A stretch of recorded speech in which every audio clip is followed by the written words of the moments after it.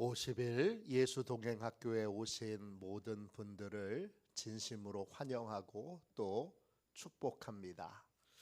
우리 다 함께 사도신경을 고백하겠습니다. 나는 전능하신 아버지 하나님 천지의 창조주를 믿습니다. 나는 그의 유일하신 아들 우리 주 예수 그리스도를 믿습니다. 그는 성령으로 잉태되어 동정녀 마리아에게서 나시고 본디오 빌라도에게 고난을 받아 십자가에 못 박혀 죽으시고 장사된 지 사흘 만에 죽은 자 가운데서 다시 살아나셨으며 하늘에 오르시어 전능하신 아버지 하나님 우편에 앉아 계시다가 거기로부터 살아있는 자와 죽은 자를 심판하러 오십니다. 나는 성령을 믿으며 거룩한 공교회와 성도의 교제와 죄를 용서받는 것과 몸의 부활과 영생을 믿습니다. 아멘. 우리 함께 찬양 드리도록 하겠습니다. 찬송가 366장입니다.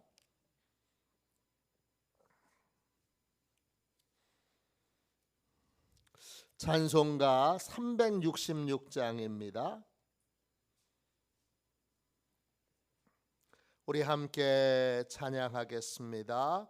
어두운 내 눈 밝히사 진리를 보게 하소서.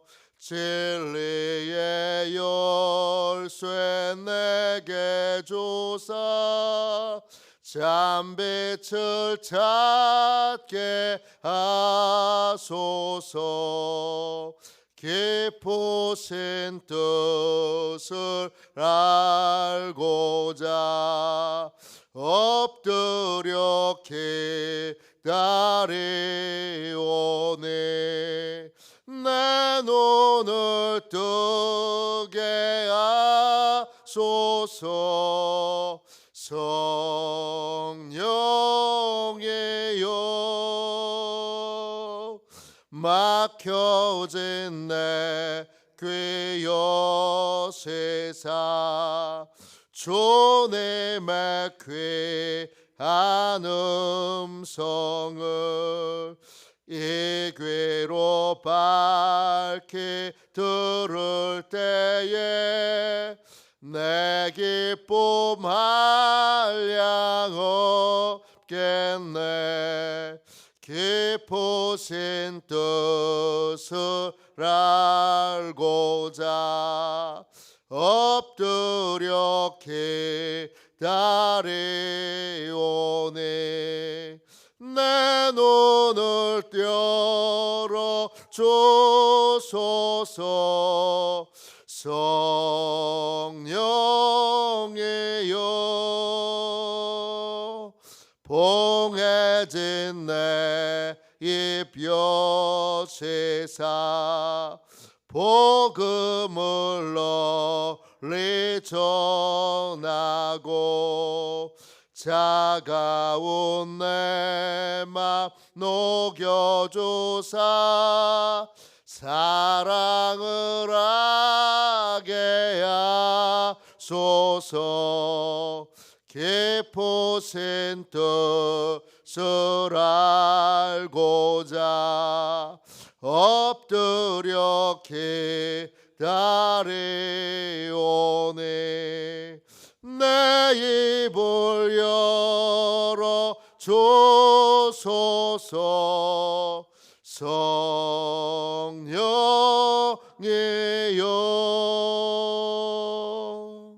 아멘.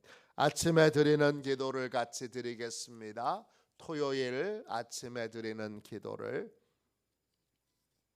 함께 드리겠습니다. 기도합니다. 주님은 나의 하나님이십니다. 내가 주님을 간절히 찾습니다.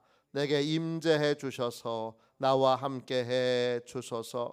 자비로운 주님, 이 시간 제게 임재해 주셔서 제 마음에 기쁨과 평안을 가득 부어주시고 제 모든 길을 인도하셔서 오늘 하루의 시간이 주님의 사명을 이루는 복된 날이 되길 원합니다.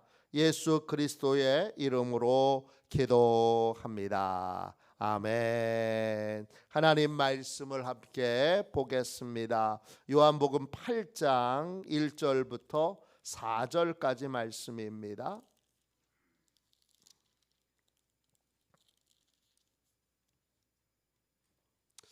요한복음 8장 1절부터 4절까지 말씀입니다. 신약성경책 157쪽입니다. 귀한 말씀을 같은 목소리로 함께 읽겠습니다. 같이 읽습니다. 예수는 감람산으로 가시니라. 아침에 다시 성전으로 들어오시니 백성이 다 나아오는지라. 앉으사 그들을 가르치시더니 서기관들과 바리새인들이 음행 중에 잡힌 여자를 끌고 와서 가운데 세우고 예수께 말하되 선생이여 이 여자가 간음하다가 현장에서 잡혔나이다. 아멘. 주님의 말씀입니다. 감사함으로 하나님의 말씀을 우리의 온 심령에 받았습니다. 기도의 첫 번째 목적이 달라진 삶. 기도의 첫 번째 목적이 달라진 삶. 이런 제목으로 함께 은혜 나누겠습니다. 요한복음 8장 12절에 예수님은 자신을 세상의 빛이라고 소개하십니다. 예수께서 또 말씀하여 이르시되 나는 세상의 빛이니 나를 따르는 자는 어둠에 다니지 아니하고 생명의 빛을 얻으리라. 예수님은 세상의 빛이십니다. 세상은 죄로 하나님의 질서가 깨져 있습니다. 원래는 하나님의 질서 위에 세워진 세상인데 죄로 말미암아 이 질서가 파괴되고 깨졌습니다. 주님은 하나님의 질서 안에서 사는 원리를 우리에게 알려주시기 위해, 보여주시기 위해 이 땅에 오셨습니다. 주님은 하나님의 질서 안에 사는 삶을 이렇게 살면 돼, 이렇게 가르쳐 주시기만 하는 분이 아니라 빛이시기에 보여주십니다. 삶의 현장에서, 실제 내 삶의 현장에서 하나님의 질서 안에서 사는 삶이 어떤 것인지를 직접 눈으로 볼 수 있도록 빛이시니까 보여주시고, 그리고 본을 나타내 주시는 분이 바로 주님이십니다. 오늘 읽은 말씀에 예수님이 감람산에서 밤새 기도하시고, 그리고 아침이 되셨을 때 성전으로 들어오십니다. 요한복음 8장 2절입니다. 아침에 다시 성전으로 들어오시니 백성이 다 나오는지라 앉으사 그들을 가르치시더니. 주님이 성전에 들어오신 시간은 아침입니다. 아침, 헬라어로 오르트로스입니다. 동틀역, 새벽, 이른 아침입니다. 아침에 들어오셨다 그러니까 출근하시는 시간에 들어오신 게 아닙니다. 언제 들어오셨느냐? 새벽, 고요한 시간에 성전에 들어오셨습니다. 놀라운 건 그 새벽에도 사람들이 주님께 와서 주님의 말씀을 듣습니다. 새벽에 성전에서 사람들을 가르치셨습니다. 우리로 말하면 지금 새벽 기도회를 드리고 계신 겁니다. 그런데 갑자기 이 고요함과 거룩함을 깨트리는 무례한 이들이 나타납니다. 한 무리가 와서 한 여자를 예수님께 끌고 와서 그 앞에 세웁니다. 고요하게 지금 가르치고 계신 주님도 무시하고 또 주님의 말씀을 조용히 듣고 있는 백성들도 무시하고 이렇게 소란스럽게 한 것에 대하여 사과도 안 하고 마치 당연하다는 듯이 주님 앞에 한 여자를 세우고 이렇게 말합니다. 3절 4절 보세요. 서기관들과 바리새인들이 음행 중에 잡힌 여자를 끌고 와서 가운데 세우고 예수께 말하되 선생이여 이 여자가 간음하다가 현장에서 잡혔나이다. 한 여자를 끌고 온 무리는 서기관들과 바리새인들입니다. 서기관 헬라어로 그람마테우스입니다. 성경을 필사하는 사람들이고 성경을 연구하는 학자들입니다. 또 바리새인 헬라어로 파리사이오스입니다. 뜻은 구별된다는 뜻이에요. 유대교의 종파 중에 하나로 거룩한 삶을 살기 위하여 구별된 사람, 분리된 사람, 이 사람이 바리새인들입니다. 이 두 무리의 겉모습은 하나님의 질서 안에서 사는 사람처럼 보입니다. 또 하나님 나라를 거룩하게 세워가는 사람처럼 보입니다. 서기관은 하나님의 말씀인 이 성경을 필사하고 연구하는 사람입니다. 누구보다 성경 말씀을 잘 아는 사람들입니다. 또 바리새인들은 거룩한 삶을 살기 위하여 누구보다 하나님의 말씀을 철저히 듣고 철저히 따르는 사람들로 그렇게 알려져 있습니다. 그런데 이들의 실제 모습은 전혀 다릅니다. 이들은 하나님의 말씀을 듣고 순종하여 움직이는 사람들이 아닙니다. 이들은 하나님의 말씀이 아닌 다른 의도, 다른 목적을 가지고 삶을 살아가고 있습니다. 요한복음 8장 6절입니다. 그들이 이렇게 말함은 고발할 조건을 얻고자 하여 예수를 시험함이로라. 이들은 예수님을 고발할 구실을 찾기 위해 그 새벽에 예배를 드리는 시간에 하나님의 말씀을 배우는 시간에 와서 이 엄청난 소동을 무례하게 행합니다. 이들은 자기 생각, 자기 판단, 자기 감정을 가지고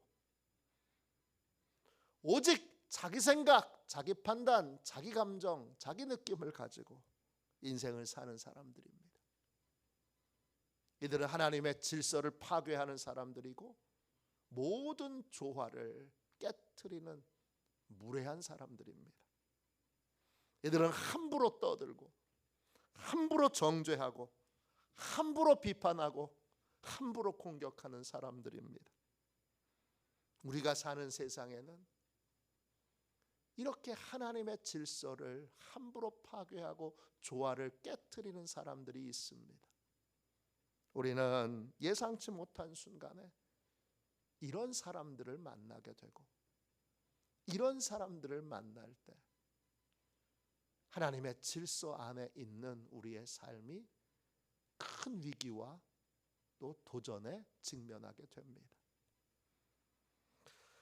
이런 사람들을 만났을 때도 하나님의 질서 안에 거하려면 어떻게 해야 할까요? 이런 사람들을 만났을 때도 하나님이 우리에게 주신 아름다운 조화를 이루는 삶을 계속 유지하려면 어떻게 해야 할까요? 주님은 어떻게 하셨습니까? 주님은 이 무례하고 이기적이고 자기 생각과 자기 판단에 사로잡혀 하나님의 세우신 모든 질서들을 함부로 파괴하고 깨트리고 망가뜨리는 이 사람들을 만나기 전에 주님은 충분한 기도의 시간을 가지셨습니다. 요한복음 7장 53절을 보십시오. 다 각각 집으로 돌아가고 날이 저물어 모두 다 집으로 돌아갈 시간이 됐습니다. 다 집으로 돌아가는데 주님은 집으로 돌아가지 않으십니다. 주님은 어디로 가십니까? 요한복음 8장 1절입니다. 예수는 감람산으로 가시니라. 예루살렘 옆에 감람산이 있습니다. 감람산에서 감람은 올리브 나무를 말합니다. 왜 주님은 감람산으로 올라가셨습니까? 남들 다 집에 가는데 올리브 나무로 가득한 이 산에 주님의 기도처가 있기 때문입니다. 누가복음 22장 39절 또 40절입니다. 예수께서 나가사 습관을 따라 감람산에 가심에 제자들도 따라 갔더니 그곳에 이르러 그들에게 이르시되 유혹에 빠지지 않게 기도하라 하시고, 감람산에는 늘 주님이 기도하시던 기도의 자리 겟세마네 동산이 있습니다. 예루살렘 성에 들어가신 이후 겟세마네 동산은 주님의 기도의 자리였습니다. 주님은 늘 감람산에 있는 겟세마네 동산에서 기도하셨습니다. 그날도 주님은 집으로 가지 않으시고 기도의 자리로 가셔서 밤을 새워가며 기도하셨습니다. 왜 밤을 새워 기도하셨을까요? 하나님의 질서 안에서 살려면 하나님과의 충분한 교제가 있어야 하기 때문입니다. 내 뜻, 내 생각, 내 감정을 따라 살지 않으려면 많은 기도의 시간이 필요하기 때문입니다. 하나님의 뜻을 충분히 깨달아 알고 충분히 하나님께 가르침 받으려면, 그러면 충분한 기도의 시간이 필요하기 때문입니다.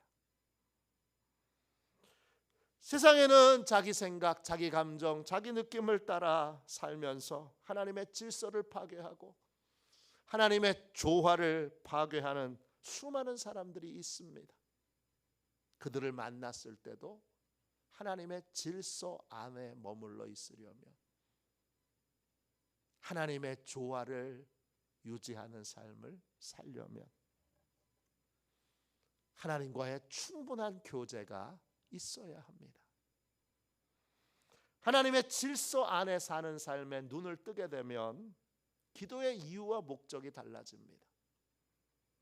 하나님의 지위를 따라 아름다운 조화를 이루는 삶에 눈을 뜨게 되면, 그러면 간절히 기도하는 기도의 제목이 달라집니다. 어떻게 달라집니까? 하나님의 질서 안에 눈 뜨기 전에 우리는 내 생각, 내 감정, 내 느낌을 따라 기도했습니다. 내 생각에 필요한 것을 구했고 내 판단에 옳은 것을 하나님 앞에 주장했습니다.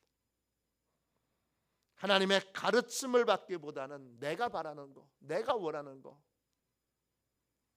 이걸 일방적으로 하나님께 요구했습니다. 이런 기도를 주의 형제 야고보는 잘못 구하는 기도라고 그렇게 불렀습니다. 야고보서 4장 1절부터 3절까지 말씀입니다. 너희 중에 싸움이 어디로부터 다툼이 어디로부터 나느냐? 너희 지체 중에서 싸우는 정욕으로부터 나는 것이 아니냐? 너희는 욕심을 내어도 얻지 못하여 살인하며 시기하여도 능히 취하지 못함으로 다투고 싸우는도다. 너희가 얻지 못함은 구하지 아니하기 때문이요 구하여도 받지 못함은 정욕으로 쓰려고 잘못 구하기 때문이라. 모든 싸움과 다툼의 원인은 내 마음을 따르고 있기 때문입니다. 욕심을 내도 시기해도 또 살인해도 원하는 바를 얻지 못하는 이유는 내 마음을 따르고 있기 때문입니다. 욕심의 근원, 시기의 근원, 그리고 살인의 근원은 내 마음입니다. 주의 형제 야고보는 자기 마음에서 기원한 생각과 느낌과 또 감정을 따라서 기도하는 것을 정욕으로 구하는 그 기도라고, 정욕을 위해서 구하는 기도라고 그렇게 말했습니다. 이런 기도는 하나님의 응답을 받을 수 없습니다. 왜냐? 왜 그렇습니까? 이런 기도에는 하나님의 질서를 파괴하는 부분과 하나님의 조화를 깨트리는 부분이 있기 때문입니다. 우리를 사랑하시기에, 우리가 하나님의 질서 안에서 하나님의 날개 그늘 아래서 보호받기를 원하시기에, 우리를 사랑하시기 때문에 하나님이 이런 기도를 거절하시는 것입니다. 하나님의 질서 안에 사는 삶에 눈뜨게 되면 이런 기도가 얼마나 어리석은지를 알게 됩니다. 하나님의 지위 아래 조화를 이루는 삶을 살게 되면 이런 기도가 얼마나 무익한지를 알게 됩니다. 하나님의 질서 안에 거하고 아름다운 조화를 이루는 삶을 살기를 원한다면 우리는 기도의 첫 번째 목적을 바꿔야 됩니다. 왜 기도해야 합니까? 기도해야 되는 가장 큰 이유가 뭡니까? 감람산 겟세마네 동산에서 주님이 기도하셨던 걸 보게 되면 우리가 기도해야 되는 가장 큰 이유가 무엇인지를 알게 됩니다. 마태복음 26장 39절입니다. 조금 나아가사 얼굴을 땅에 대시고 엎드려 기도하여 이르시되 내 아버지여 만일 할만하시거든 이 잔을 내게서 지나가게 하옵소서. 그러나 나의 원대로 마시옵고 아버지의 원대로 하옵소서. 겟세마네 동산에서 주님은 정말 땀방울이 핏방울이 되도록 간절히 기도하셨습니다. 기도의 이유가 뭡니까? 주님이 기도하신 이유는 크게 두 가지입니다. 하나는 비우기 위해서입니다. 또 하나는 채우기 위해서입니다. 주님은 자기 생각, 자기 느낌, 자기 감정을 비우기 위해서 땀방울이 핏방울이 되도록 간절히 기도하셨습니다. 내 생각대로, 내 느낌대로, 내 감정대로 살지 않으려면 비우는 기도가 필요합니다. 또 주님은 하나님의 가르침을 자기 마음에 가득 채우기 위하여 몸부림치며 하나님께 기도했습니다. 하나님의 질서 안에 거하는 사람은 하나님과 충분한 기도의 시간을 갖습니다. 그 시간은 비움의 기도를 드리는 시간이고 채움의 기도를 드리는 시간입니다. 내 감정이 어떤지를 솔직하게 다 드러내놓고 화날 때는 화난 것을, 또 힘든 건 힘든 거를, 내 감정에 있는 것들을 다 쏟아내며 내 감정을, 내 생각을, 내 방법을, 내 계획을 주님께 다 비워내야 합니다. 비우지 않으면 우리는 우리 마음에 있는 생각대로 움직이게 됩니다. 비워내지 않으면 우리는 우리의 계획대로 행하게 됩니다. 그러니까 충분히 비우는 시간을 가져야 합니다. 채우기 전에 비움이 먼저입니다. 충분히 비우고 그리고 하나하나 다시 주님의 가르침을 받아야 합니다. 그러니까 자연히 기도는 길 수밖에 없고 또 오래 기도할 수밖에 없습니다. 이렇게 충분히 기도를 드리고 나면 그러면 하나님의 질서를 깨트리는 무례한 사람들을 만나도 나의 약점을 흠잡으려는, 고소하고 고발하려는 그러한 하나님의 질서를 깨트리고 조화를 깨트리는 이 어리석은 자들을 만나도 흔들리지 않고 하나님의 질서 안에 머물러 있을 수 있습니다. 주님이 그렇게 하셨습니다. 무례한 서기관들과 바리새인들의 행동에 분노를 느끼셨지만 주님은 그 분노를 거절하십니다. 어떻게 거절하실 수 있죠?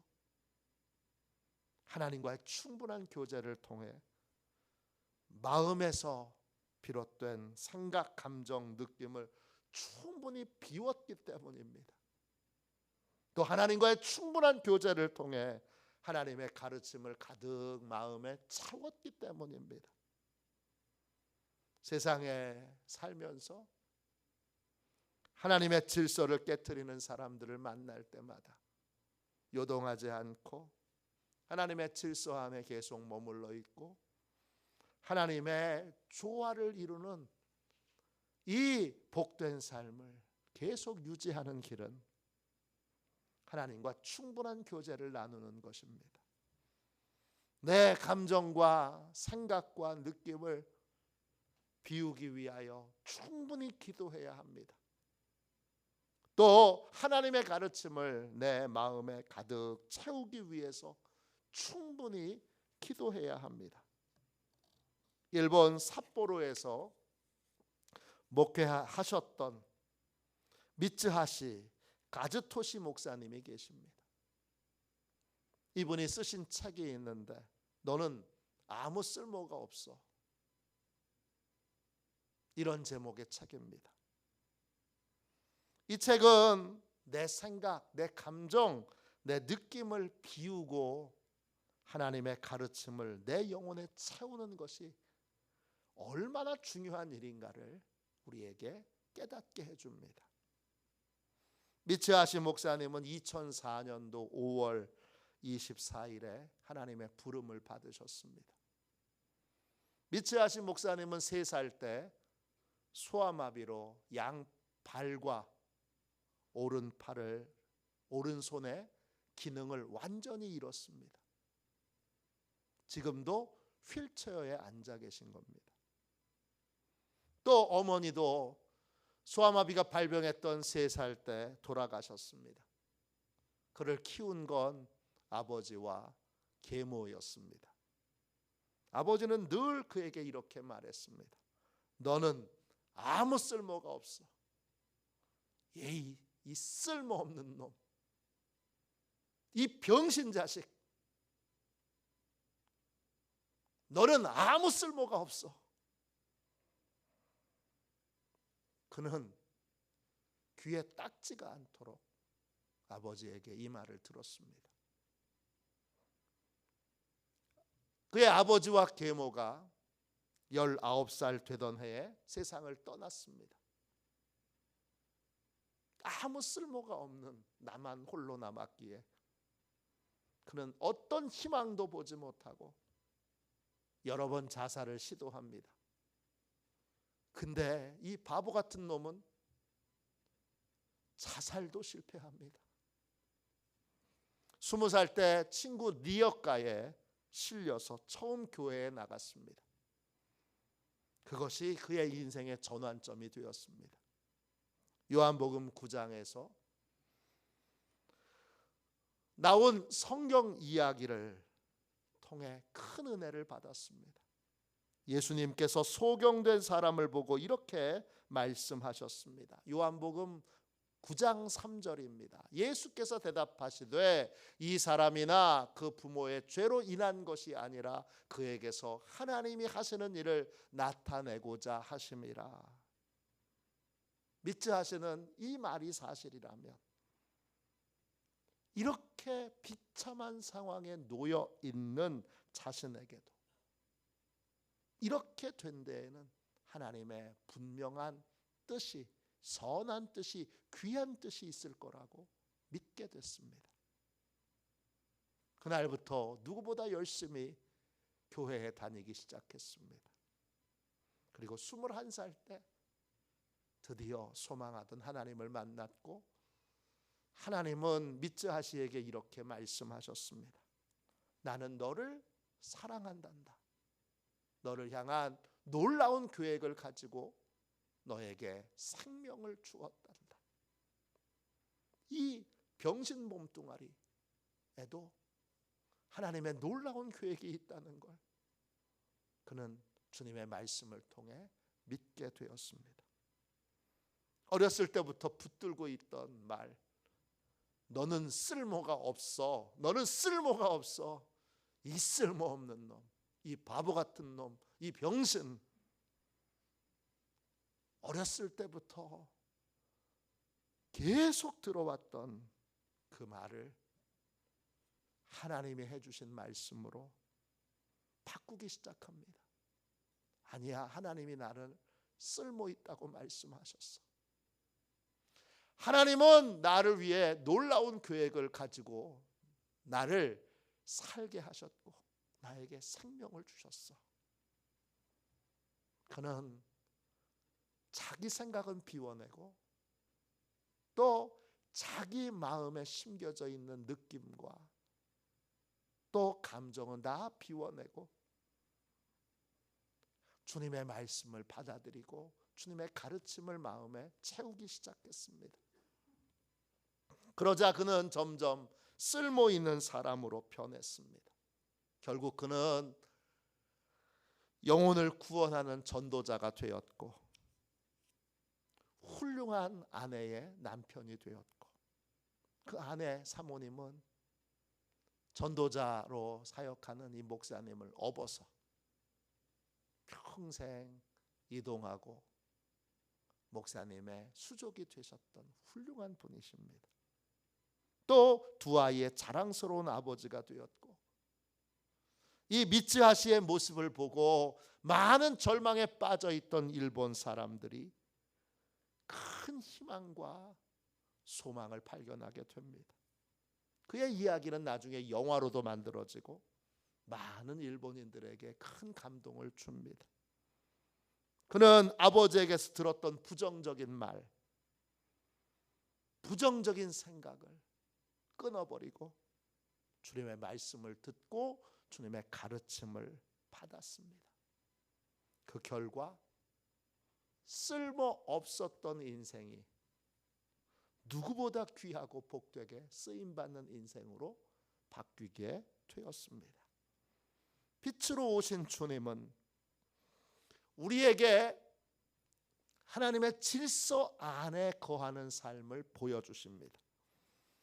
우리는 주님을 통해 하나님의 지위 아래 모든 것과 아름다운 조화를 이루는 삶을 보게 됩니다. 그런 삶을 살려면 충분한 기도의 시간이 필요합니다. 내 마음에서 기원한 내 생각, 내 감정, 내 느낌을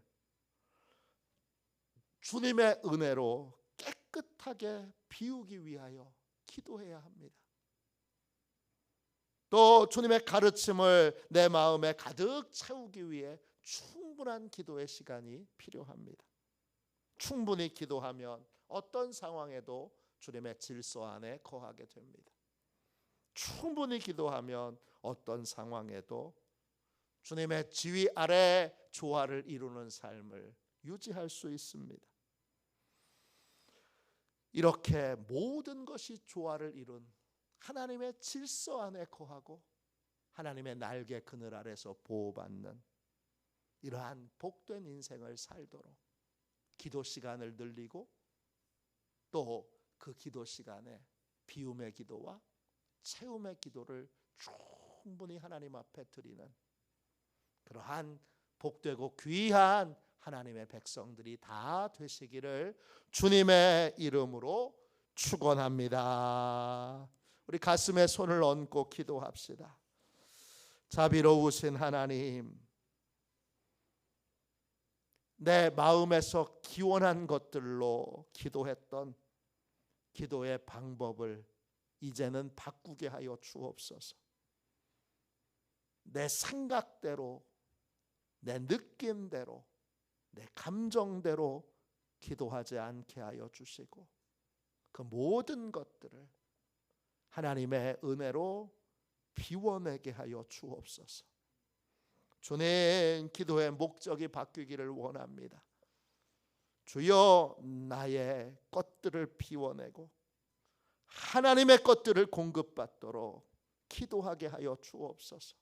하나님의 가르침이 내 마음을 가득 채우게 하여 주시고 하나님의 가르침으로 충만하여 새 길을 걷는 가치 있고 의미 있고 하나님의 날개 그늘 아래서 평강을 누리는 새로운 길을 걷는 새로운 삶을 살게 하여 주옵소서.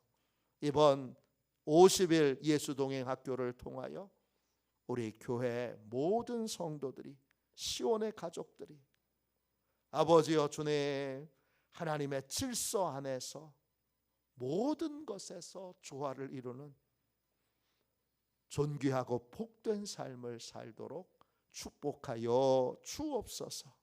거룩하신 예수님의 이름으로 간절히 기도하옵나이다. 아멘. 주기도문 하겠습니다. 하늘에 계신 우리 아버지, 아버지의 이름을 거룩하게 하시며 아버지의 나라가 오게 하시며 아버지의 뜻이 하늘에서와 같이 땅에서도 이루어지게 하소서. 오늘 우리에게 일용할 양식을 주시고 우리가 우리에게 잘못한 사람을 용서하여 준 것 같이 우리 죄를 용서하여 주시고 우리를 시험에 빠지지 않게 하시고 악에서 구하소서. 나라와 권능과 영광이 영원히 아버지의 것입니다. 아멘. 우리 두 손 들고 함께 주님 3번 부르짖어 간절히 하나님 앞에 기도하겠습니다. 기도합니다. 주여,